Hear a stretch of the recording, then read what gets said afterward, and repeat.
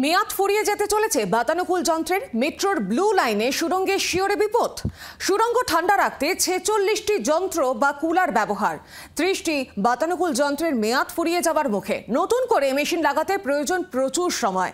ভূগর্ভস্থ 15টি স্টেশনের মধ্যে 8টির অবস্থা অত্যন্ত খারাপ। রেল মন্ত্রক এবং রেল বোর্ডের কাছে চিঠি পাঠিয়েছে মেট্রো। তৎপরতার অভাবে চিন্তায় কলকাতা মেট্রোর আধিকারিকেরা। প্রায় 150 কোটি টাকা বরাদ্দ হলেও কাগজপত্র তৈরি নেই। মেট্রোর সুড়ঙ্গ ঠান্ডার বাতাসের যোগান কি বন্ধ হয়ে যাবে তাহলে? কলকাতার প্রাচীনতম মেট্রো ব্লু লাইনের পরিষেবার 41 বছর। ব্লু লাইনের প্রত্যেকটি স্টেশন এবং সুড়ঙ্গের ওপর তৈরি হওয়া বাতানুকূল সিস্টেম বা ব্যবস্থার বয়স তার থেকেও আরও প্রায় 2 বছর বেশি।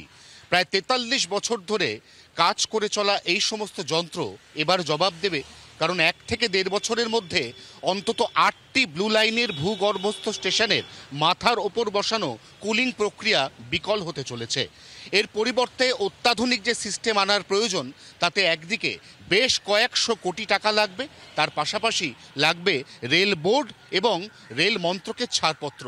এখনো পর্যন্ত সঠিকভাবে টেন্ডার প্রক্রিয়ার কাগজপত্রের কাজ এগোয়নি। অতএব মাঝের একটা বিস্তীর্ণ সময়ের জন্য ব্লু লাইনের মেট্রোয় সুড়ঙ্গের ভেতর ঠান্ডা হাওয়ার যোগান সম্পূর্ণ বন্ধ হয়ে যাবে না তো, এই প্রশ্ন উঠছে। 24 ঘন্টার জন্য ক্যামেরায় তরুণের সঙ্গে অয়ন, কলকাতা। বাংলার আওয়াজ, বাঙালির আবেগ, জি 24 ঘন্টা।